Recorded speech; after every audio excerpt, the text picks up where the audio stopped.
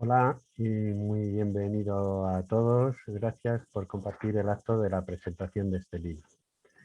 En primer lugar, quiero agradecer a Corpora y a Marcelo en particular que considerara inmediatamente que este proyecto de libro era de su interés. Corpora está llamada a ser el buque insignia de la literatura sobre psicomotricidad y por lo tanto es un honor para mí publicar con ellos. También quiero agradecer a los padrinos de la criatura, a Juan Milá y a Joaquín Serrabona, que hayan escrito sendos prólogos para el libro. Con Joaquín y con Juan he tenido la satisfacción de experimentar una rápida sintonía en aspectos fundamentales. Al igual que ellos, soy un apasionado defensor de una mirada globalizadora sobre el ser humano, de la integración de perspectivas teórico-prácticas en psicomotricidad y del importante papel que puede jugar nuestra disciplina en el apoyo al desarrollo en todas las etapas del ciclo vital. Para mí, sus prólogos tienen un especial valor por su larga y reconocida trayectoria académica y profesional, pero también por sus cualidades humanas, entre las que quiero destacar en este momento su claridad de visión al respecto del desarrollo de la profesión de psicomotricista y su energía y capacidad de trabajo, que están llevándolos a liderar el camino que habrá de seguir nuestra disciplina en un futuro próximo. Por último, quiero agradecer a mis alumnos por todo lo que me han aportado a lo largo de mis años de docencia y que tiene su reflejo aquí en este libro. En coherencia con una de las tesis principales del libro, en mi actividad docente me he limitado a diseñar contextos de experimentación y aprendizaje. Mi papel no ha sido enseñar y que mis alumnos aprendiesen de mí. En el aula, día a día, alumnos y profesor hemos aprendido juntos y por ello quiero y debo expresarles también mi gratitud. Por otra parte, quiero hacer una pública recriminación a muchos de los presentes porque, como digo en la dedicatoria del libro, son los culpables de que, una vez lograda la jubilación, en lugar de pasar por la playa o por el bosque, me haya encerrado a escribir en jornadas maratonianas durante largos meses para así poder devolverles tantísimo afecto y consideración como he recibido de muchos de los presentes. Que sepáis que mi mujer os guarda por ello eterno rencor. Estáis hoy aquí acompañándonos un grupo formidable de profesionales que estáis explorando y abriendo nuevos caminos, expandiendo la implantación y el reconocimiento social de la psicomotricidad. Mucho es lo que se os debe de agradecer, pero en mi caso particular, además debo de agradeceros el entusiasmo que me habéis contagiado en la última etapa de mi trayectoria profesional y el que hayáis provocado que me jubile con hambre de trabajo y hambre de psicomotricidad. Menuda faena que me habéis hecho. Este libro quiere ser una humilde contribución a nuestra disciplina, pero sobre todo quiere ser un sentido tributo a sus protagonistas, que sois vosotros. Un tributo que mínimamente compense tanto cariño recibido. Queridos amigos, de verdad, de corazón, infinitas gracias por esto. Pero junto a una expresión de agradecimiento, este libro tiene algo de obra de madurez, de fruto de una historia de vida. Dicen que todos los libros son autobiográficos, pero en este reconozco con nitidez el camino profesional y conceptual recorrido, mis aprendizajes, experiencias y reflexiones personales siempre muy vinculadas a la práctica psicomotriz. Así, este libro me ha servido para armar el puzzle de mi vida profesional a través de uno de sus ejes fundamentales, la psicomotricidad. Esta presentación va a tener dos momentos. Una breve introducción de cómo se gestó este libro, conceptualmente autobiográfico, y un análisis de su contenido y sus posibles aportaciones. Respecto a lo primero, quizás debiera empezar diciendo que siempre he sido víctima del arrogante narcisismo de autopercibirme como un verso suelto, como un libre pensador independiente, ávido por leer, pero aún más ávido por experimentar y reflexionar autónomamente sobre lo experimentado. Con esa actitud, recién licenciado en psicología, intenté lograr formación complementaria y caí, sin saber muy bien lo que era, en un taller de psicomotricidad.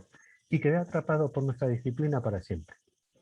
Ante mi estupor, el primer día de ese taller, el profesor y algunos compañeros me felicitaron por mi trabajo. Y me di cuenta de que, de una forma natural, comprendía el código de la sala de psicomotricidad y eso cambió radicalmente mi vida. Después de ello, recibí una formación de orientación clínica en la Escuela de Psicomotricidad que el Ministerio de Sanidad español ubicaba en un hospital psiquiátrico infantil de Madrid. Ni la escuela ni el psiquiátrico existen hoy, pero siempre recordaré cómo trabajar allí con los residentes con más graves alteraciones en el desarrollo me reafirmó en mi vocación. Concluido aquel programa, trabajé como psicomotricista por un tiempo en educación especial y en educación infantil. Y después mi actividad profesional quedaría encuadrada durante 12 años en los servicios oficiales de orientación educativa. Eran los años 90. Estrenábamos en España una reforma educativa basada en el constructivismo y se nos encomendaba promoverlo como metodología en las escuelas. En ese contexto realicé mi tesis doctoral y tomé contacto en profundidad con el constructivismo. Mi tesis no fue sobre psicomotricidad, sino sobre cómo cada docente interpreta subjetivamente lo que vive en el aula. La causa de que abordara este tema en mi tesis fue porque en mi trabajo como orientador estaba llegando a la conclusión de que para ser un buen psicólogo educativo no debía pasar unas pruebas estandarizadas y ofrecer un diagnóstico que era absolutamente disfuncional para la realidad y la dinámica de la escuela, sino que tenía que adentrarme en la realidad del alumno, del profesor y de la familia, comprender cómo ellos percibían sus vivencias compartidas y trabajar en su terreno y con su marco conceptual, convirtiéndome así en un elemento más del sistema en el que vivía el niño, un elemento que podía dinamizar el propio sistema facilitando su evolución y reequilibrio. Algo de una fuerte mirada sistémica y constructivista que ya no me abandonaría. Hace 25 años me hice docente y tuve que diseñar estrategias innovadoras para dinamizar mi propia aula en lugar de animar a otros profesores a hacerlo. Y eso me hizo muy feliz durante estos años. En los últimos 10, mi universidad me encargó que diseñara e implementara la formación del posgrado de psicomotricidad de la institución, lo cual supuso la experiencia profesional más valiosa de mi vida. Lo que hoy os presento tiene su origen y explicación en esa historia de vida y espero no haber abusado de vuestro tiempo abriendo mi baúl de los recuerdos aquí ante vosotros. Pero vamos a lo importante. ¿Qué puede aportar este libro al lector? Este libro es un ambicioso proyecto que ofrece en 650 páginas una perspectiva constructivista tanto del desarrollo humano como de la psicomotricidad, en tanto que disciplina que tiene por objetivo precisamente favorecer ese desarrollo. Intenta incorporar e integrar múltiples aportaciones desde disciplinas y campos de estudio muy diversos, resignificándolas en clave constructivista y proyectándolas sobre los temas que nos interesan a los psicomotricistas. Se hace considerando usuarios en distintos momentos del ciclo vital y circunstancias, y planteando líneas de intervención e investigación posibles a partir de los puestos. Para un futuro psicomotricista, el libro aspira a ofrecerle una aproximación a buena parte de los elementos que precisa para construir la estructura conceptual básica de su ejercicio profesional y además aportarle sugerentes derivadas sobre las que reflexionar. Una de las principales características del libro, de cara a psicomotricistas en formación, es que cada constructo y definición que se presenta a lo largo del texto se ilustra con constantes ejemplos. Para mis admirados amigos de largo y fructífero recorrido en la profesión y actuales pilares de la psicomotricidad, este libro ofrece una perspectiva constructivista de nuestra disciplina, una perspectiva que intenta en numerosas ocasiones ser algo radical con intenciones claramente provocadoras. Mi ilusión sería que nos ofrecieran muchas excusas para enredarnos en amistoso debate. Desde esa perspectiva constructivista de la psicomotricidad se ha pretendido integrar lo biológico, lo derivado del marco sociocultural de desarrollo y la mirada subjetiva del propio individuo sobre sus vivencias. Metodológicamente propone una perspectiva integradora, porque si situamos al individuo como protagonista de su propio desarrollo y bienestar, las técnicas psicomotrices pertinentes son aquellas a las que el propio individuo encuentra consentido para ayudarle a autogestionar ese desarrollo. En algunos casos, estas pueden estar basadas en el juego espontáneo y en otros en actividades dirigidas, siempre que conservemos lo fundamental, que es contemplar al individuo como una realidad global que se autotransforma y reconstruye a lo largo de toda su vida. Y nosotros, por nuestra parte, enfoquemos nuestra intervención a ofrecerle un apoyo personalizado para ese progreso autogestionado.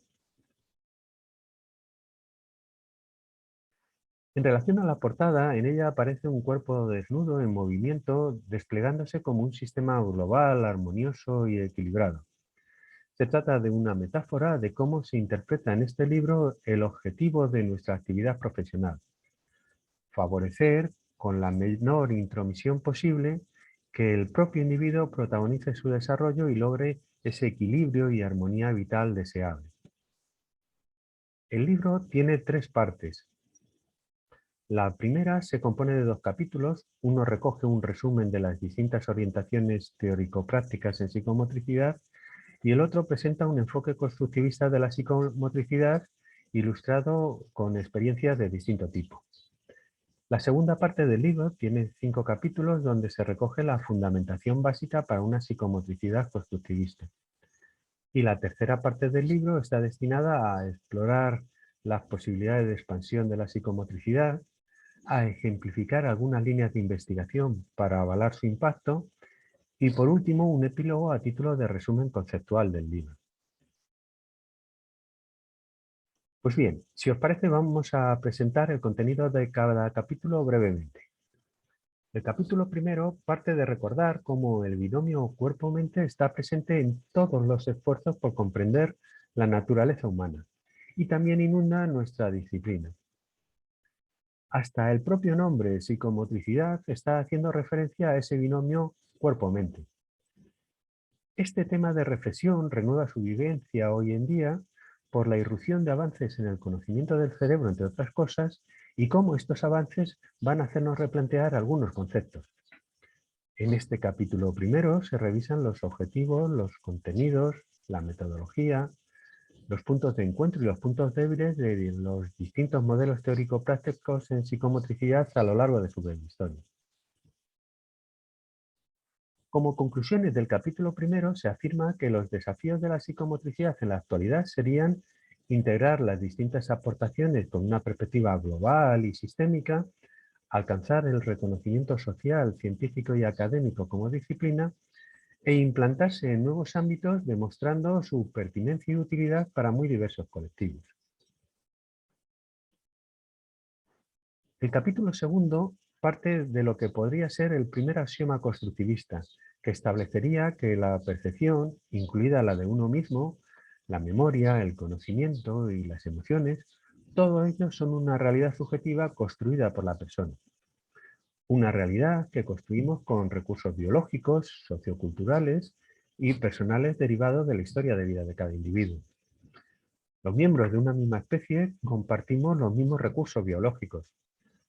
Todos los humanos, por ejemplo, disponemos de instrumentos similares para interactuar con nuestro nicho ecológico, semejantes órganos sensoriales, el mismo sistema nervioso, los mismos patrones de conducta instintiva, etc. Otros recursos que nos transforman a partir de lo anterior se derivan de las experiencias de aprendizaje. Estos aprendizajes pueden ser de dos tipos. Unos son fruto de los procesos educativos y de socialización que conforman nuestro marco de referencia sociocultural y otros se generan a partir de la interpretación personal de las propias vivencias individuales. El resultado final es siempre una persona única. Tendrá semejanzas en muchas cosas con otras personas, pues todos los humanos disponemos de recursos biológicos similares, la misma capacidad visual o auditiva, por ejemplo. Además, será más semejante aún con las personas con las que ha compartido un mismo marco sociocultural y un mismo proceso educativo y de socialización. Pero finalmente no dejará de ser idiosincrático porque todas las historias de vida son distintas y nuestras experiencias nos han llevado a reflexiones estrictamente personales. Desde una postura constructivista, todos los resultados finales representan el universo particular de cada persona y todos son igualmente válidos. No a nivel ético, por supuesto, pero sí a nivel de carga de realidad. Probablemente este sea el aspecto más crítico del constructivismo, que es relativista y que va, por lo tanto, en contra no solo de nuestras tradiciones culturales, sino de la propia naturaleza del cerebro, el cual siempre está orientado a buscar coherencias y regularidades sobre las que construir certezas y previsiones de futuro. El constructivismo nos mueve a asumir, como decía Maturana, que lo que vemos informa mucho más de nuestros sentidos que de los propios objetos, y por extensión, como decía Kelly, que lo que pensamos solo refleja la estructura conceptual que hemos construido cada uno de nosotros. Pero si la realidad es una percepción construida por cada individuo, esto tiene una consecuencia educativa y terapéutica muy importante. Y este podría ser el segundo acción. El individuo debe de ser el centro de cualquier intervención, no el terapeuta o educador y su marco teórico. Así, por ejemplo, los pedagogos actuales dicen que el alumno debe ser el protagonista del proceso de enseñanza-aprendizaje y luego, paradójicamente, esto lo digo yo, solo proponen esta autonomía a fin de alcanzar los objetivos que los propios pedagogos establecen. Y esto es una trampa, quizás legítima, pero lo cierto es que lo que estamos diciendo al niño es camina autónomamente para llegar a donde yo pretendo que llegues. No obstante, la educación constructivista nos ha aportado aspectos y principios muy valiosos, como son el aprendizaje significativo, el aprendizaje activo, el uso de propuestas basadas en el descubrimiento, el aprendizaje situado en la realidad cotidiana del sujeto, las metodologías cooperativas que permiten enriquecerse con las aportaciones de todos, la enseñanza integradora y personalizada, y una educación en definitiva orientada a los 4 pilares que estableció en su día la UNESCO. Aprender a aprender, y aprender a hacer, a ser y a convivir. Podríamos enunciar un tercer axioma constructivista relativa al objetivo de nuestra tarea de apoyo al desarrollo de la persona, que vendría descrito como optimizar su capacidad de adaptarse a un entorno dinámico, siendo capaz de generar recursos propios y acciones que fuesen funcionales, incluso creativas si fuese necesario, a fin de lograr una vida con el mayor bienestar físico, psicológico y relacional posible en cada caso. El desafío del profesional, del psicomotricista, sería liberarnos de nuestro modelo de realidad, que solo es nuestro y de quienes piensan como nosotros, para trabajar con el del propio sujeto. Así podría decirse que el constructivismo más radical pretende blindar y proteger la subjetividad del individuo. No busca cambiar su marco conceptual para adaptarlo al nuestro, sino que procura su crecimiento armonioso, el bienestar dentro de él, intentando facilitar su enriquecimiento y que se superen las contradicciones si existieran, al tiempo que se potencia su autogobierno. Nos encontramos en un momento histórico para el constructivismo. Siempre ha habido una confrontación entre el esencialismo de creer que nuestra verdad es la válida y la de los demás son erróneas, y el subjetivismo de reconocer y respetar todas las realidades al mismo nivel. Pero actualmente, en este mundo global e hiperconectado, los dogmas de cada cultura se ven confrontados como nunca lo fueron, y se enfrentan a una decadencia que en ocasiones, bien es cierto, provoca rebotes. Así, para nuestra desgracia, los dogmas subsisten hoy en día a base de radicalizarse. Pero a muchas personas hoy ya no nos asusta pensar que incluso el conocimiento científico caduca. Kuhn, que es el referente en historia y filosofía de la ciencia, afirmaba que ciencia es aquello que asumen los científicos hasta que llega un cambio de paradigma que lo destierra por completo. El cuarto y último axioma que queríamos proponer sería el del efecto beneficioso de la diversidad. La combinación de los elementos biológicos, socioculturales y personales es fuente de diversidad entre los individuos, lo cual representa el mecanismo fundamental de la naturaleza para la adaptación y supervivencia de las especies. La naturaleza no hace clones y no los hace precisamente para garantizar que las variaciones permitan la supervivencia de la especie cuando se produce un cambio significativo en el entorno. A partir de lo anterior, cabría preguntarse cuál es el referente de nuestro trabajo como psicomotricistas, si no es guiar al individuo para que siga el modelo de desarrollo en el que creemos. En este libro entendemos que nuestro referente sería favorecer el desarrollo entendido como un proceso autoconstructivo. Así, biológicamente, este referente estaría concretado en potenciar los recursos adaptativos del sujeto. Y psicológicamente, el referente estaría concretado en favorecer su bienestar psicológico. Ambas cosas, lógicamente, están unidas. De hecho, el bienestar funciona en realidad como un indicativo del ajuste de la interacción del individuo con su nicho ecológico. En relación a ello, hemos definido los elementos del bienestar como los siguientes: disponer de una teoría positiva, estable y funcional sobre uno mismo y sobre la realidad, sentirse autodeterminado, disponer de recursos para progresar hacia los propios objetivos vitales, poseer un balance emocional positivo, es decir, que a lo largo del día ya hemos tenido más momentos agradables que desagradables, disfrutar de vínculos afectivos significativos y, por último, jugar un papel social activo y bien valorado en nuestro entorno. El individuo siempre expresa de una forma o de otra su bienestar o malestar. Nosotros, como profesionales, debemos facilitarle recursos para su desarrollo y así apuntalar ese bienestar. Pero teniendo siempre presente que para que nuestra intervención sea eficaz, el individuo tiene que apropiarse de esos recursos y vincularlos a sus objetivos vitales. Cuando esto se produce, se evidencia precisamente en su vivencia de bienestar. Nuestra forma de apoyarle, por lo tanto, sería comprender su realidad, apoyar su progreso autoconstructivo ofreciéndole recursos coherentes con dicha realidad, facilitar que descubra sus posibilidades y las posibles incoherencias que se evidencien en sus distintas narrativas verbales y corporales y valorar sus recursos, sus logros. Creemos que hacer esto es una gran contribución a su proceso de desarrollo como persona, aunque no les ofrezcamos dogmas que den respuestas a todas sus preguntas. Las conclusiones del capítulo segundo parten de considerar al ser humano como libre y diverso, como capaz de autogobernarse, consciente, activo, competente y creativo. En definitiva, capaz de ser el dueño y protagonista de su destino.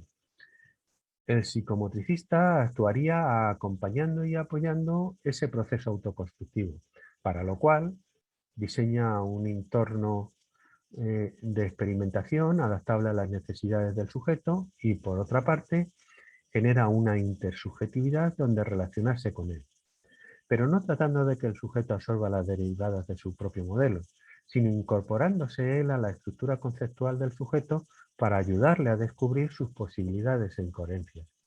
Por lo tanto, renunciando a la colonización vivencial y conceptual del otro, que a veces, es cierto, se espera que forme parte de la tarea de educadores y terapeutas. Consideramos que la intervención del psicomotricista debiera ser metodológicamente diversa como son diversas las personas, integrando modelos y técnicas según requiera cada caso. Creemos que la metodología apropiada es aquella a la que el sujeto concreto encuentra sentido y se apoya en ella para ayudarse en su desarrollo. Por otra parte, el ámbito de actuación del psicomotricista debe considerar, en nuestra opinión, todo el ciclo vital. Somos lo que somos, un macrosistema biopsicosocial, y lo somos toda la vida. Corporalmente sentimos, actuamos y generamos vivencias desde la que construimos nuestra realidad. No nos convertimos en un momento determinado en una mente que habita nuestro cuerpo. Simplemente vamos incorporando nuevos recursos, algunos de ellos, ciertamente, muy elaborados a nivel cognitivo. Este capítulo concluye aportando dos ejemplos. Uno relativo al uso de narrativas en la sala de psicomotricidad con metodologías diversas y otro que es el modelo y la programación de la formación corporal que llevamos a cabo para psicomotricistas desde nuestra perspectiva constructivista. La segunda parte del libro comprende 5 capítulos y recoge los principales temas de fundamentación para una psicomotricidad constructivista. El capítulo 3 nos habla del constructivismo como un marco conceptual y de las distintas aportaciones y derivaciones que ha tenido. El cuarto revisa la psicología del desarrollo conectándola con la práctica profesional de los psicomotricistas. El quinto aborda el eje emocional como elemento catalizador del desarrollo. El sexto habla del papel de las neurociencias en el futuro de la psicomotricidad. Y el séptimo hace referencia a la comunicación corporal metafórica en psicomotricidad como elemento privilegiado de expresión e intervención. Se inicia el capítulo 3 con una revisión de las aportaciones de distintas disciplinas al constructivismo. Cole las clasifica en cognitivas, socioculturales, sociológicas y radicales, que sería la propia de la neurociencia, la física, la biología y algunas psicologías, como por ejemplo la sistémica, para quienes cada individuo construye íntegramente su propia realidad a partir de distintas contribuciones y experiencias. Luego, continúa el capítulo con un conjunto de definiciones sobre el ser vivo, los procesos de aprendizaje y el papel del cerebro y los mediadores cognitivos y emocionales. Se define al ser vivo como un macrosistema biológico autoconstructivo, al aprendizaje como el proceso de reconstruirse a partir de la experiencia individual. Se analiza la función del cerebro como detector de semejanzas, coherencias y irregularidades en un mundo en permanente movimiento y transformación. Su propósito sería predecir situaciones y organizar la conducta inteligentemente, y así mantener la necesaria homeostasis con su ecosistema para poder sobrevivir en él. Para alcanzar este propósito, el cerebro construye modelos de realidad virtual a partir de las regularidades percibidas, a las que dota de significado dentro del propio modelo. También se definen las emociones como catalizadoras de la acción y a la función del pensamiento como recreación virtual de la acción, lo cual permite considerar múltiples factores y posibilidades sin las restricciones espaciotemporales del mundo físico. También se tratan en este capítulo temas como la motivación, etimológicamente significa lo que nos mueve, la corporeidad, la conciencia, el autoconcepto, la subjetividad en tanto que marco interpretativo de la experiencia, la intersubjetividad en tanto que supone la generación de un espacio de constructos compartidos que hace posible la comunicación profunda. Pensemos que la psicomotricidad es una negociación no verbal de significados dentro de este espacio intersubjetivo. Y se habla por último de los procesos de socialización, del pensamiento relativista actual y de la posmodernidad en la que vivimos, que hace que en ocasiones pareciera que se ha pasado de tener unos valores absolutamente incuestionables a su total ausencia, lo cual provoca que muchas personas no completen el recorrido madurativo que establecía Colbert para su desarrollo moral. El capítulo 4 se refiere al desarrollo psicológico. El psicomotricista debe de poseer un profundo conocimiento del desarrollo humano porque su trabajo consiste precisamente en favorecerlo. Se revisa en este capítulo el concepto de desarrollo y las características y aportaciones de los distintos modelos, conectándolas con la tarea del psicomotricista. La conclusión general del capítulo 4 es que, dado que el desarrollo depende de la interacción entre un programa genético y diversos procesos de aprendizaje, el psicomotricista tiene que conocer en profundidad todos los modelos explicativos del desarrollo, los que se centran en aspectos genéticos y los que estudian los procesos de aprendizaje. Así, en la sala, cuando deba de observar o tomar decisiones, podrá hacerlo en base a un sólido conocimiento de todos los aspectos del proceso. Un buen conocimiento de las distintas teorías nos ayuda a interpretar y ordenar nuestra observación y también a fundamentar nuestras decisiones. Todas las teorías nos facilitan perspectivas complementarias y nos pueden ser útiles y dignas de consideración.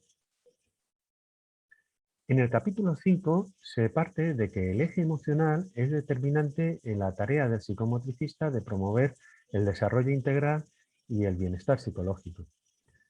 Se revisan las teorías tradicionales de las emociones, sus características y su evolución, así como el constructo de la inteligencia emocional.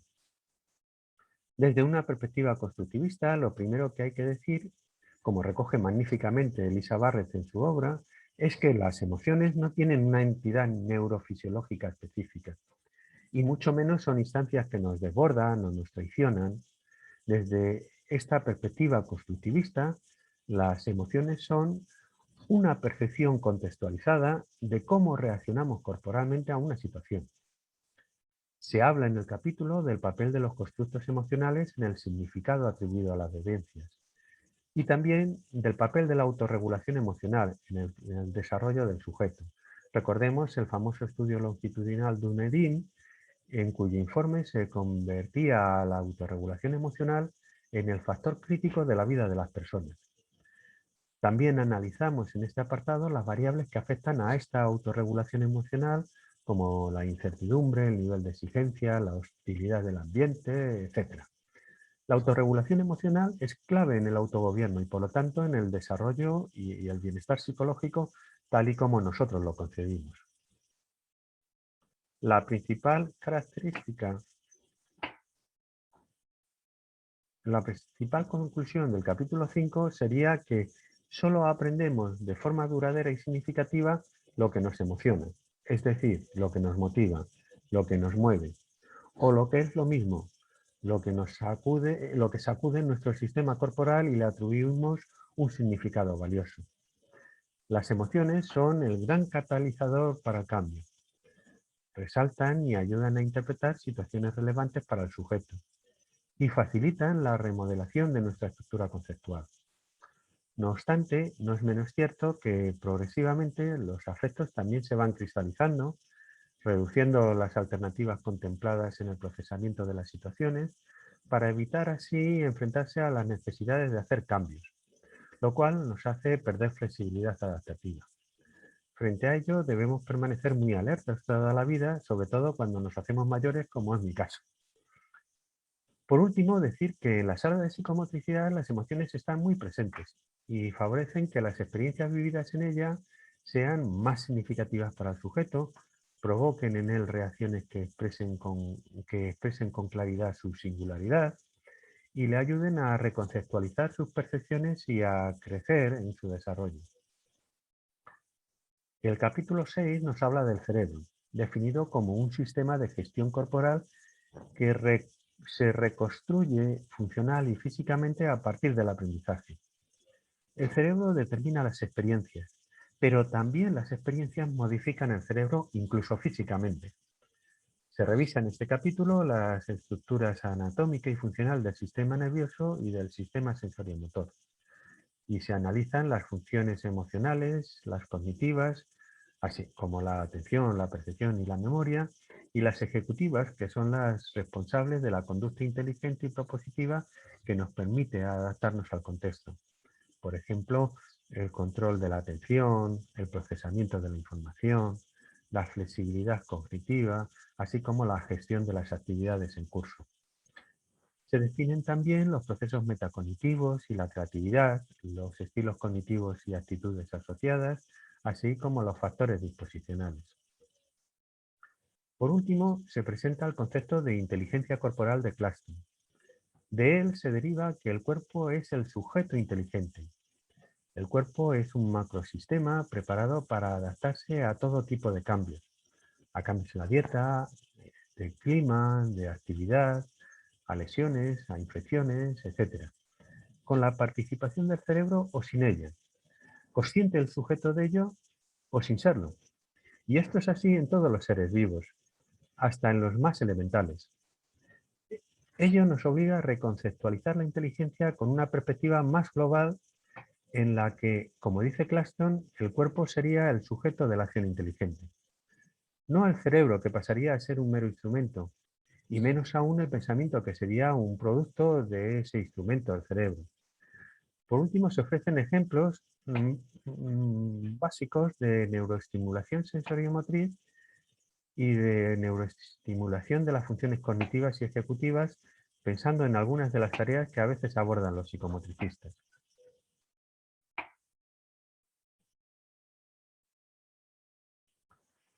Algunas conclusiones del capítulo 6 serían, en primer lugar, que la asombrosa plasticidad del cerebro tiene su reflejo en la plasticidad de la estructura cognitiva, pero la misma plasticidad también aparece en la organización y funcionamiento de la sala de psicomotricidad, donde se promueve una experimentación activa, personalizada y autónoma, que la convierte en un escenario con un potencial incomparable para favorecer el desarrollo. Otra conclusión sería la necesidad de ampliar el concepto actual de neuropsicomotricidad, en tanto que intervención que considera en su diseño el funcionamiento neurológico.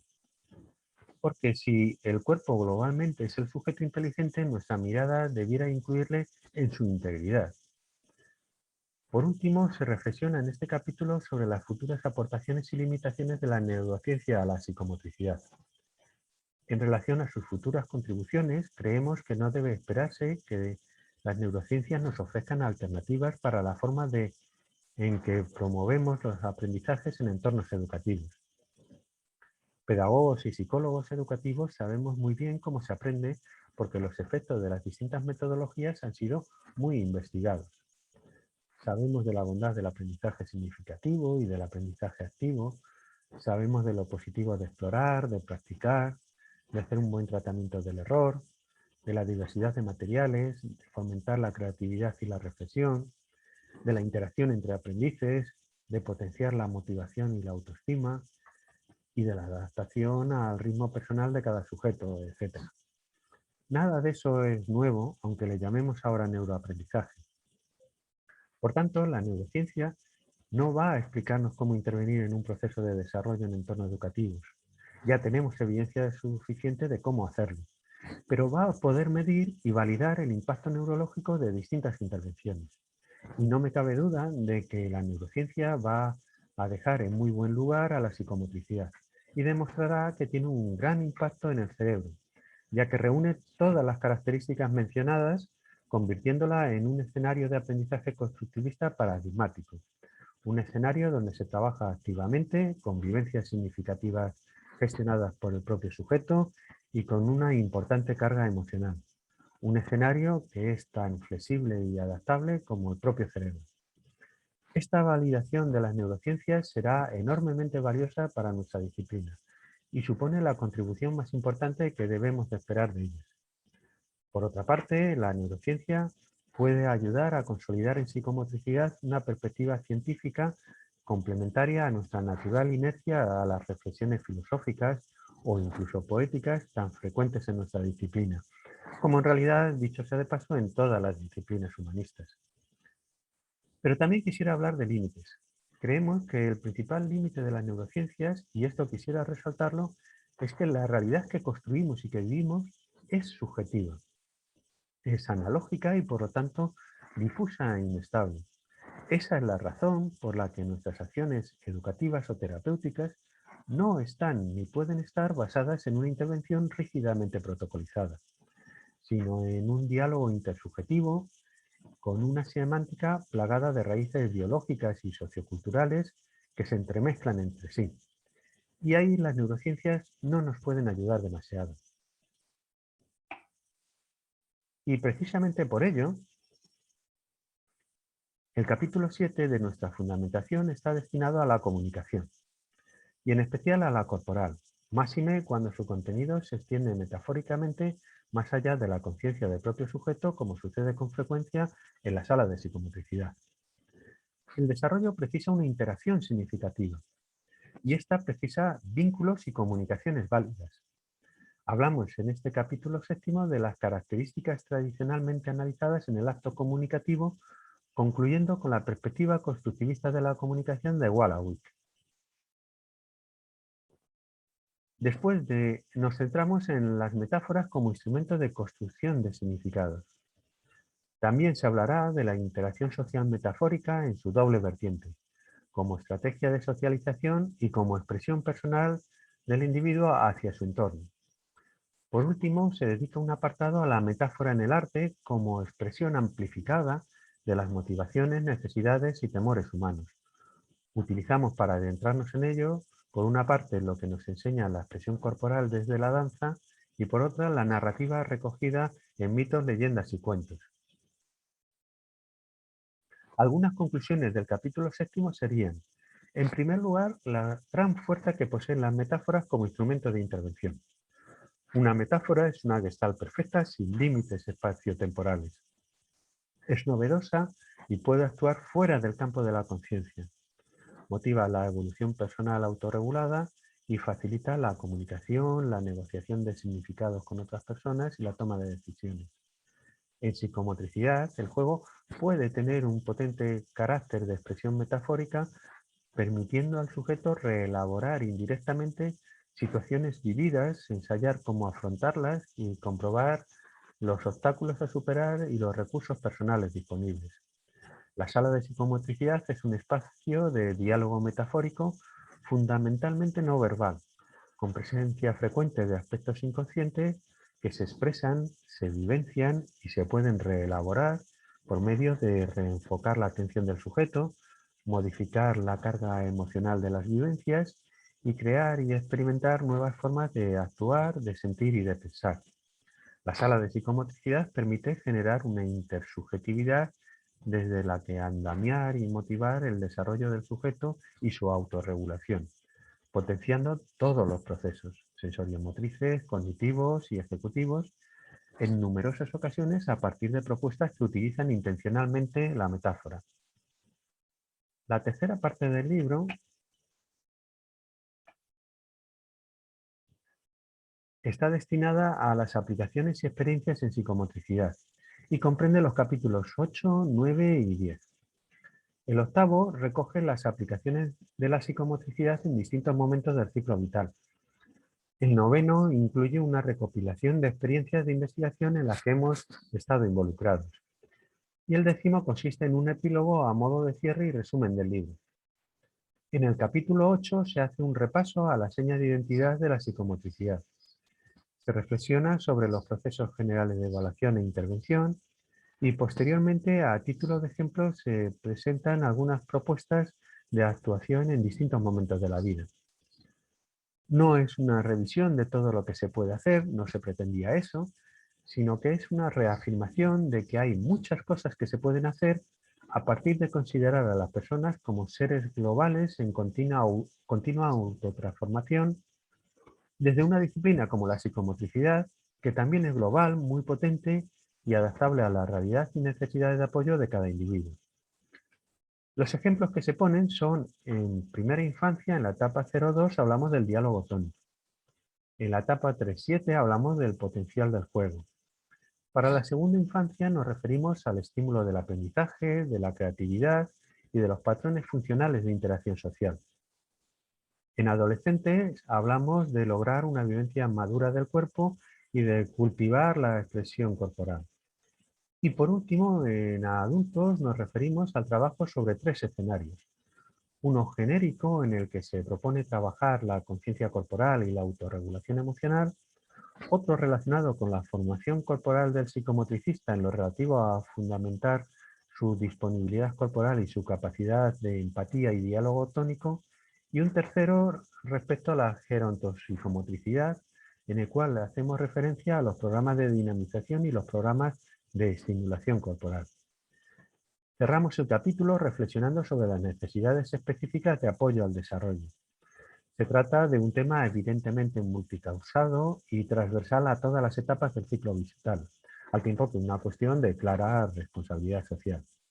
A este respecto, la psicomotricidad, por sus características, demuestra ser un escenario especialmente apropiado para la atención a la diversidad y la inclusión, como se demuestra en los ejemplos aportados en este capítulo sobre distintas necesidades y metodologías de intervención.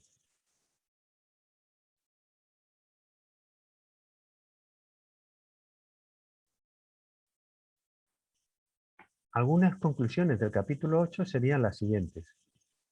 La primera, que el cuerpo no es un mediador, es el sujeto. Para nosotros, el significado atribuido a nuestras experiencias es el mediador entre el sujeto, que es el cuerpo de un ser vivo, y su entorno. Respecto al concepto de inclusión, debemos reafirmar que somos diversos y todos necesitamos apoyos de distinta índole a lo largo de nuestra vida. La concreción de los apoyos que precisamos depende en parte del individuo, pero depende sobre todo de las características del entorno. En tercer lugar, resaltar que toda terapia conlleva un aprendizaje y todo aprendizaje, en alguna medida, también es terapéutico, con lo cual se difuminan un poco las fronteras entre ambos escenarios. Por último, me gustaría resaltar que, tanto en clave educativa como terapéutica, la sala de psicomotricidad ofrece vivencias en lugar de palabras, por lo que tiene el mayor potencial transformador imaginable, muy por encima, en mi opinión, al de cualquier otro medio de intervención de apoyo al desarrollo. Los psicomotricistas somos grandes. El capítulo 9 9. Se ofrecen ejemplos de investigaciones en psicomotricidad desde una perspectiva constructivista. Nos movió a llevarlas a cabo el buscar cómo facilitar la expresión personal y la construcción de una intersubjetividad que fuese canal de intervención de apoyo mediante la negociación de significados. Nuestras pequeñas investigaciones aquí recogidas giran en torno a la subjetividad, la comunicación no verbal, las narrativas metafóricas, la evaluación del bienestar psicológico, la evaluación de la expresión en la sala de psicomotricidad o la memoria corporal de las vivencias significativas del individuo.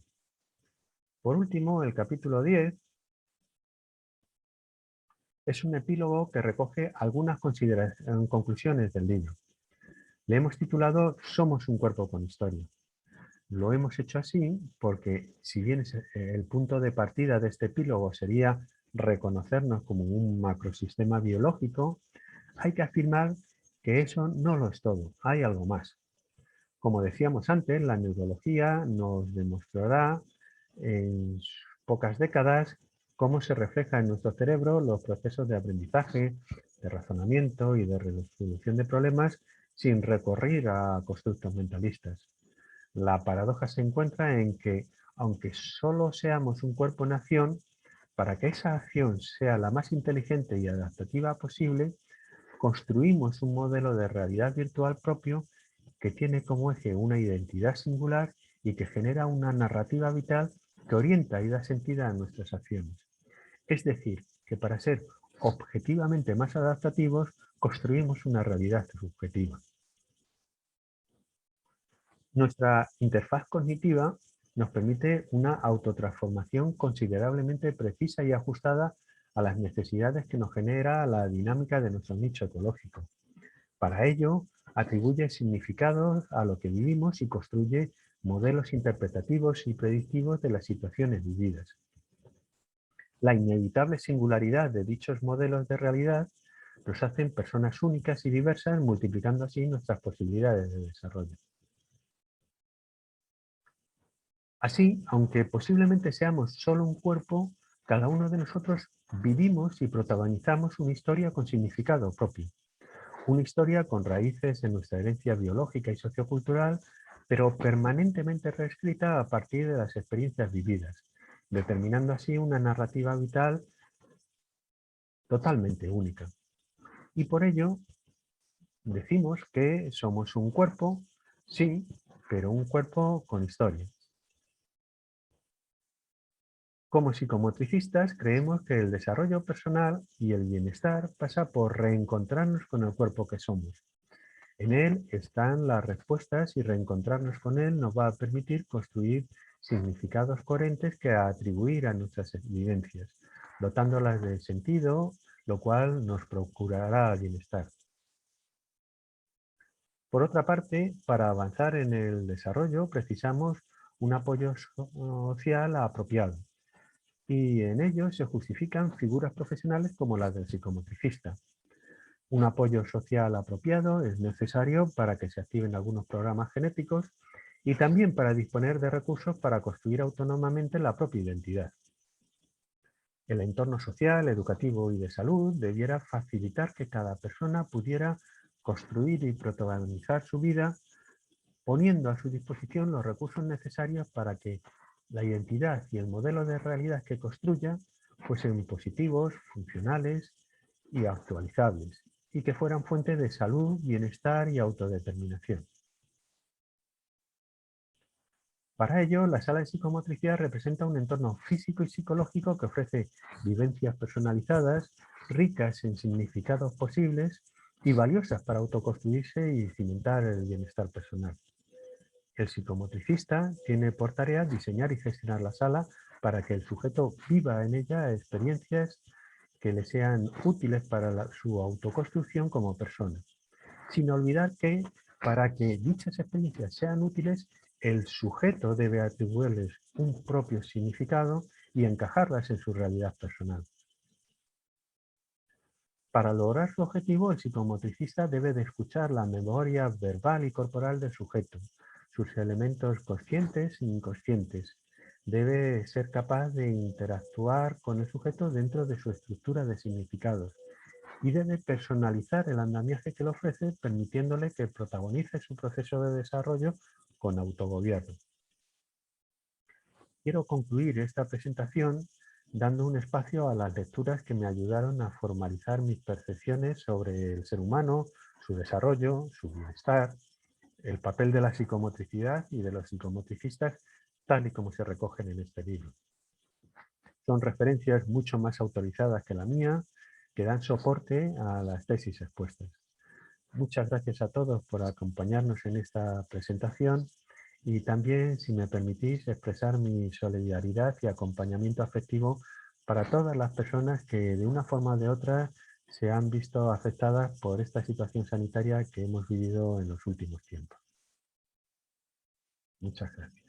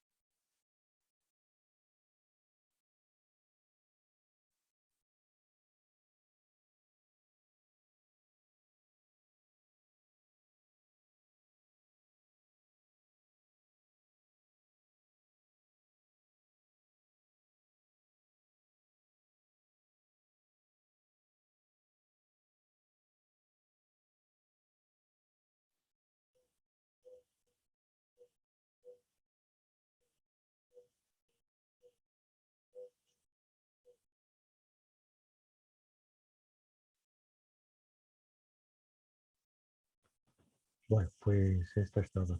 Muchas gracias de nuevo.